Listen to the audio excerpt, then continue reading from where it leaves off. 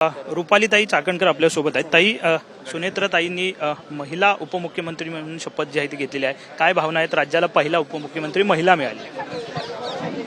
महाराष्ट्राला पहिला महिला उपमुख्यमंत्री मिळालेत. मी या निर्णयाचं निश्चितपणाने स्वागत करते.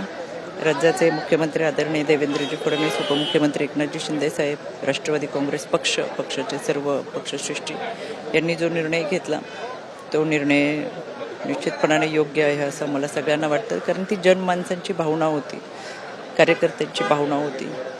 या सगळ्यांमध्ये आपण पाहतोय दादांचं काम गेले अनेक वर्षापासून वहिनींनी जवळून पाहिलेलं आहे. त्या कामामध्ये साथ दिली आहे, सहकार्य केलेलं आहे, सहभाग नोंदवलेला आहे आणि काठेवाडीपासूनचा प्रवास सुरू झालेला हा इथपर्यंत आला आहे. अतिशय चांगल्या पद्धतीने वहिनी कामकाज करतील, त्यांना त्या कामाचा अनुभव आहे आणि म्हणून असं वाटतं की खऱ्या अर्थानं हा पुरोगामी महाराष्ट्र अनेक वर्षापासून प्रश्न विचारायचे की महिला नेतृत्व, तर ह्या प्रश्नाचं उत्तर आज मला असं वाटतंय वहिनींच्या रूपाने मिळतंय.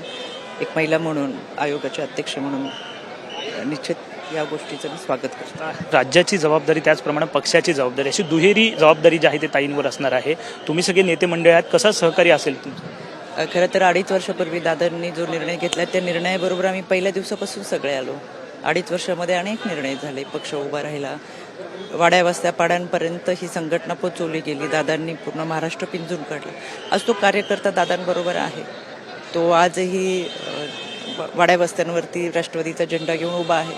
निश्चितपणाने आता आमच्या सगळ्यांची जबाबदारी वाढली ती आम्ही पेलण्याचा प्रयत्न करतो. प्रश्न, विलिनीकरणाचा जो मुद्दा समोर येतोय त्याला तुमचं काय मत आहे की दोन्ही राष्ट्रवादी एकत्र आल्या पाहिजेत की नाही? याच्याबाबत पक्षश्रेष्ठी निर्णय घेते.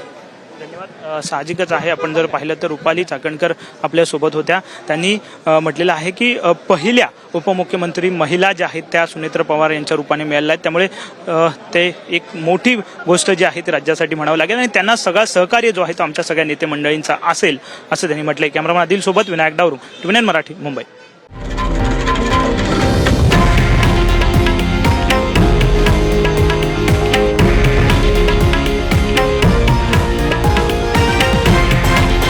हे आहे देशातील नंबर 1 न्यूज नेटवर्क आणि आपण पाहत आहात TV9 मराठी, एकमेव.